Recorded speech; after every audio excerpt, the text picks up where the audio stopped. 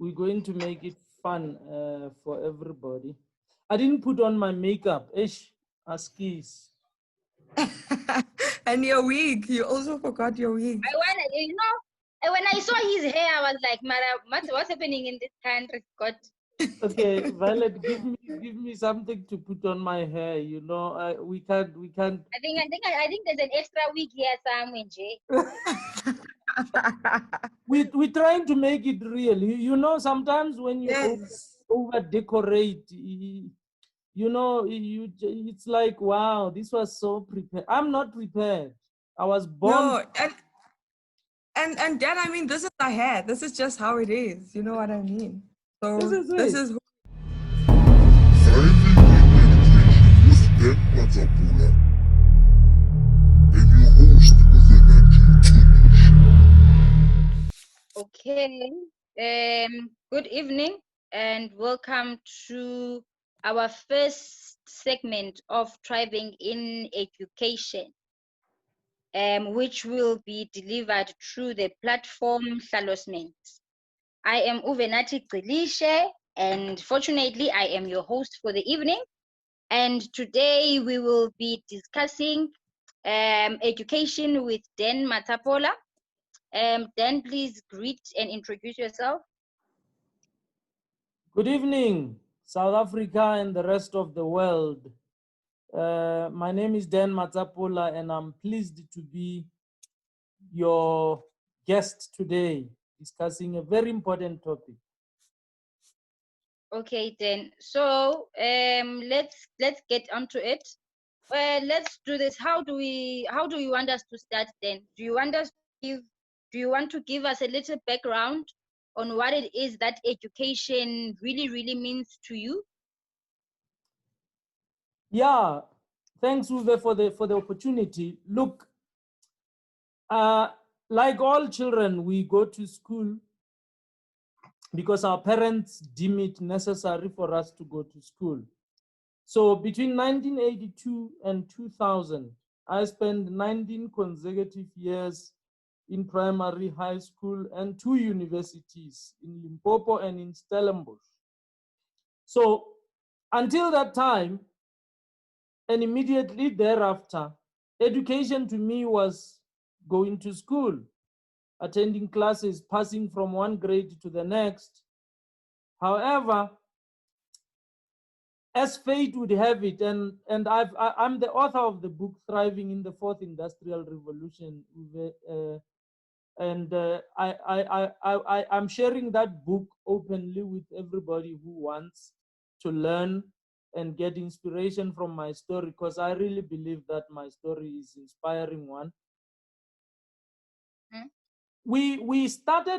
I started to really question. You know, I'm a scientist, and scientists are trained to do 3 things. 1, observe. 2, we think. 3, we ask questions. We question everything. So I started to ask the question, what exactly is education? It was triggered by a moment when I was at a very low point in my life, just after losing my parents, and I had met a mentor, somebody whom I wanted to learn from. And he had advertised the workshop, my mentor, Dr. Hannes Dreyer, the wealth creator's mentor. And he said, as part of his advertisement, he said, if you've been to school and you want to attend my workshop, I would advise you to take all the certificates that they gave you, put them under the mattress, and come to my workshop on a Saturday, where I'm going to teach you in one day how to become a professional property investor, and forget everything they taught you at school and come with an open mind. I must say I was very offended, Uwe, because 19 years of education, and you know, after the graduations where you really feel a bit pompous that, you know what, I have something of value here, and you are told to leave it at home. Then I started to question, what exactly is education? So from that questioning, it led me, it's been a process. It didn't come immediately, not even in 5 years after I started to question what this thing education is called, until I came across the work of Napoleon Hill, the author of Think and Grow Rich. And he defines education as an English word derived from the Latin word educo, which means to induce, to develop, or to draw out from within. And I thought that it says nothing about going to school. It said is to draw out from within. And then I started to really study. And I discovered that actually it is about drawing out from within, because within us as humans, it's an entire universe waiting for us to discover it, to explore it, and exploit it to whatever ends we desire. So today, that is my working definition of education, directly adopted from Napoleon Hill. So basically your definition, your working definition of education is drawing out from within. Yeah, you see, when I was born, just to make it more real, when I was born 44 years ago, the scientist was born, but the nurses at the hospital didn't know that. An entrepreneur was born, the master property investor was born, but nobody, not even my mother, knew who exactly was born. My hand was closed like that. And in Sepedi, what that means is that I am bringing something of value to this world, and only I can bring that. So life becomes the progressive unfolding of this unfolded universe as I open my hand to show the world just what is it that I am bringing to this reality that only I can bring. So at school, I didn't understand how my mind worked. I didn't understand many things. That's why I didn't get distinctions in every subject. If I were to go back to school today, I would get 7 distinctions out of 7 subjects, because I now am empowered with the tools to understand how to use that which God gave me at birth. It's my birthright. Unfortunately, the average person doesn't know how to use. You know what Albert Einstein says education is? Albert Einstein is my favorite scientist. He says it is not just the learning of facts, but the training of the mind to think. Now, if I have a mind, but I haven't had it trained on how to think, I will be sitting with an asset that I don't know how to use. I'll be like a 4x4 that is stuck in the sand. Which is the title of my next book, by the way. I'm going to write a book to help young people get unstuck by using their mind properly. Is it? Okay, that I would really love to read. Okay, then I would like us to unpack that definition you gave us, that your definition of, what do you call it, of education, that says, you said it's drawing from within. What I want to understand is, when you are saying education, what is it that you do from within? Because I would say, as a young person, grade 1 or grade 2, literally there's very little that is within me.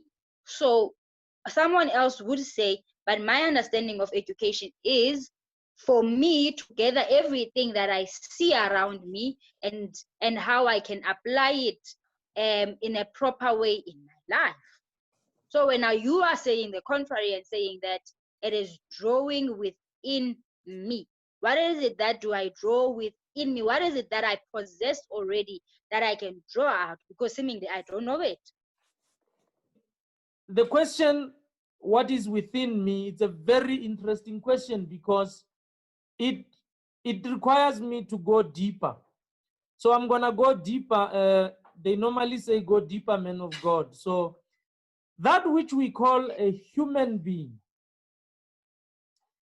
the word human is made up of two words. Hu is short for humus.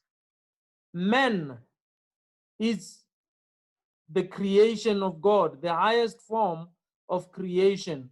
So man is spirit. Humus means from the soil, dirt. Humus is dirt, is the soil. Now, a human being, it's a composition of spirit that lives in a body and has been gifted with something called the mind. And nobody has ever seen the mind. So now, within a human being is an entire universe. In fact, an astrophysicist, a favorite astrophysicist of mine, Dr. Neil deGrasse Tyson, African-American astrophysicist, said after many years of studying the universe that we are as complex as the universe because there is an entire universe locked up within us, waiting to be discovered, explored, and exploited to whatever end we desire. So we have been given the tools, the telescopes. In fact, I call them mental telescopes to explore the world within. This world within, this universe within us, is beyond the reach of the five senses. The sense of taste, touch, hear, smell, and see. It's beyond those five senses. So the five senses are useless when it comes to accessing this world and bringing it to the surface. So you need to use higher mental tools like imagination. You can imagine something happening in the future and you can lock into that picture that you are imaging. And any idea that is held in the mind, that is emphasized, that is either feared or revered, will begin at once to clothe itself in the most convenient and appropriate form available. Those are the words of once the richest man in the world, Andrew Carnegie. So within us lies an entire universe. Imagine the sun with 8 planets orbiting around it. That's just the solar system within the Milky Way galaxy. So you are still playing in a very small part of the universe if you are in this galaxy Milky Way. There are billions and billions of other galaxies. So exploring the world within allows us to go in and bring that world to the surface where the five senses can see, smell, hear, taste, and touch. Where we say, oh, wow, you are so clever. Where does wisdom come from? It doesn't fall from the tree. It comes from somewhere. You entertaining ideas that make others believe that you are wise. Okay, then. Okay, so basically your definition and your understanding of education that you're trying to tell us is it involves thinking. Just like you've said that Albert Einstein says it's not just learning, but it is also the training of the mind to think. So so thinking and imagination goes hand in hand. I would like to believe that you will generally imagine what you think, or you will think mostly what you imagine. Which one comes first? Do you think first or do you imagine first? Well, thinking is the highest function really that we human beings are capable of.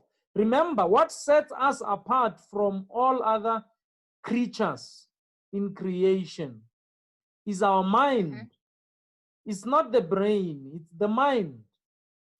The mind is the one thing that the dog and the cat and the pig and the horse don't have. They have the brain. I grew up on a farm, so I used to kill the goats and we used to eat meat, goat meat. There is a brain in the head of the goat, but there is no mind. The goat doesn't think. It lives by instinct. It senses and it measures, it picks up vibrations using its senses. So the mind is the most powerful thing that we've got. What is it for? The mind, you see, we are spiritual beings primarily. So what you are seeing when you're looking at me right now, this is not an image of me. This is an image of my body. It's a reflection of my body picked up by this camera that is here in front of me. So the body is one part of me, the only part of me that can be in one place at a time. It has mass, height, certain variables that you can measure. It's made up of trillions and trillions of cells. It is vibrating. If I look at my hand like that, it looks like it's stationary, it's not moving. But there are some serious movements that are happening with the cells that make me up. And if you go back down to the lowest makeup of my body, you'll find an atom with a positive and a negative. So locked up within me is infinity herself. So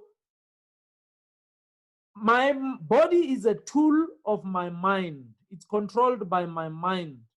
My mind tells my body what to do and my body executes. The mind itself is the tool of the spirit, and I am spirit. You see, I always play tricks on children in schools, and I say, you have a body, you have a mind, you have a spirit. They say, yes. I say, okay, listen carefully again. You have the body, okay? Show me your body. They say, okay, this is my body. It weighs 81 kilograms. It is 1.74 meters tall. Okay, this is my body. They say I'm black by classification of race. But tell me, where is your mind? Have you ever seen it? And many of them giggle and say, no, I don't know. I don't know my mind. And so the mind is not a thing. The mind, after many years of studying it, I've discovered that it's not a thing. It's not the brain. There is the mind. The mind is activity. It's movement. It's not one thing. So I can be thinking about my wife who's in Botswana. I can be thinking about my students that are in other parts of the world.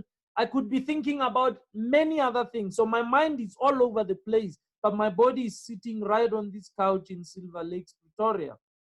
Me being who exactly? Me being the spirit, created in the image of the creator. You've never seen me, you will never see me. The biggest part of me you will never see. You only see my body. And then you say, oh, I recognize you. You are that guy. And then you say, it's me. And I agree because I understand what you mean. Okay, then, okay. Okay, I'm with you, and I get what you are trying to tell us, that we may have our physical bodies, but however, our mind is not what we see. So let's move along.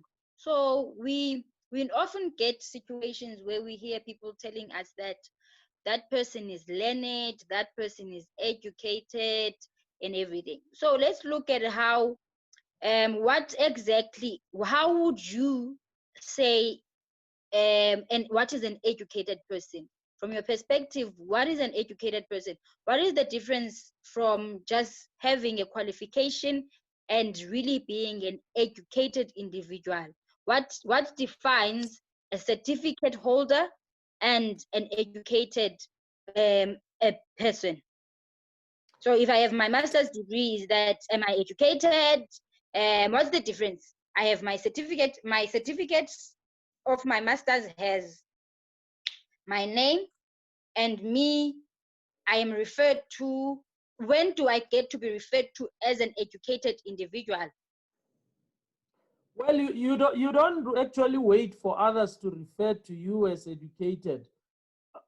You know, Napoleon Hill, once again, in that wonderful, powerful book of his, Think and Grow Rich, he actually does tackle it, and I found his analysis very, very insightful. It has helped me to fall in love with education.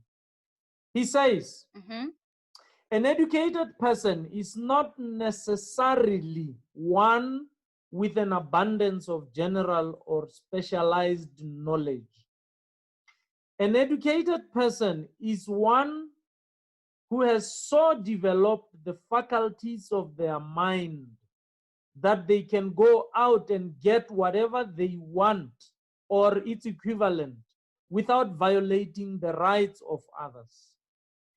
So the average person I come across, and me when I was in school and immediately after leaving school, I had no idea that I even had faculty. You tell me about faculty, I knew the faculty of maths and natural sciences at the university. What do you mean faculty? Faculty, what is mental faculty? And that really got me thinking, really, the definition of education, the definition of an educated person. Uwe, this challenged me to start to question everything, something that scientists are encouraged to do. We must question everything and say, what exactly is this thing called education? Because I went to school, I was taught subjects and I passed some, I didn't do so well. And, you know, I could never really get a handle on getting the results I wanted. I wanted better results, but I couldn't produce them willy-nilly, you know. So because I didn't understand how to use what I was born with. I think education has seriously deviated from its core mandate, the training of the mind to think. The average child in school, I do a lot of school visits around the country. The average child in matric doesn't know the definition of education. The average child doesn't know how to use their mind. Oh, it gets worse, Uwe. It gets worse. I came across the statistics from a gentleman who is a great educator. I don't think he's still alive. Dr. Ken McFarland in Kentucky in the United States. He says that in the whole world, not just in Africa, in the whole world, only 2% of the population thinks. 3% think that they think. 95% would rather die than think. I was 40 years old when I discovered those statistics. I remember I was studying business management at the Genesis Business School, the year 2016. And you know, the first instinct is to say, "Ay, where is Alomuntu? He's crazy. How can, what do you mean? I came this far and I don't think? What does this person mean?"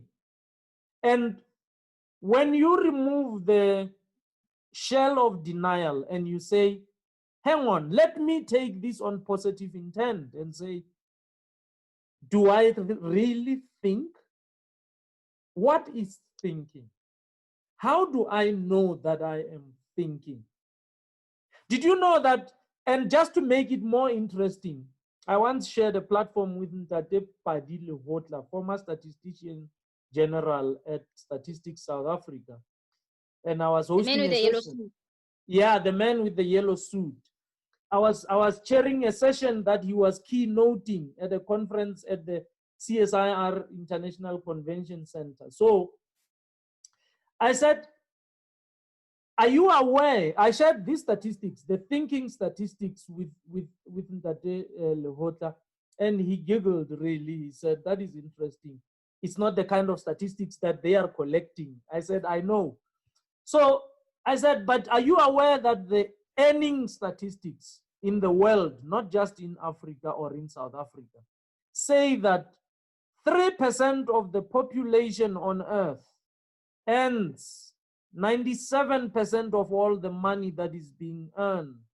And that 97% of the population on earth shares the remaining 3%.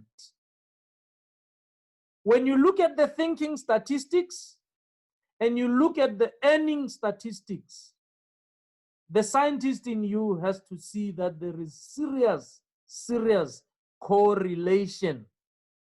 The money is definitely going to the thinkers. And Ken McFarland's statistics now suddenly are no longer dismissible with ease. And we have to think carefully and say, because I ask many people that obviously are saying, this is nonsense. Those statistics cannot be accurate. I say, well, tell me, ever since you were born, have you ever gone somewhere and taken thinking lessons with the intention to learn how to use your mind, which we are told is infinitely powerful in its ability to help us create life in abundance? And that the actuarial statistics are worse because they confirm this. But by the time we go to our graves, the average person will not have used more than 10% of their mental resources. Now, surely all these statistics cannot just be wrong. Let's interrogate them. And this is really what got me to start asking questions, not of other people, but of myself. And as I started to entertain the idea that I wasn't thinking, or that I was using, I assumed immediately that I used 10% of my mental resources. And I set out to set up a challenge currently that I'm running to operate at 30%. And I have no main measure of how much mental resources I am using at any point, but I'm using my results as a proxy.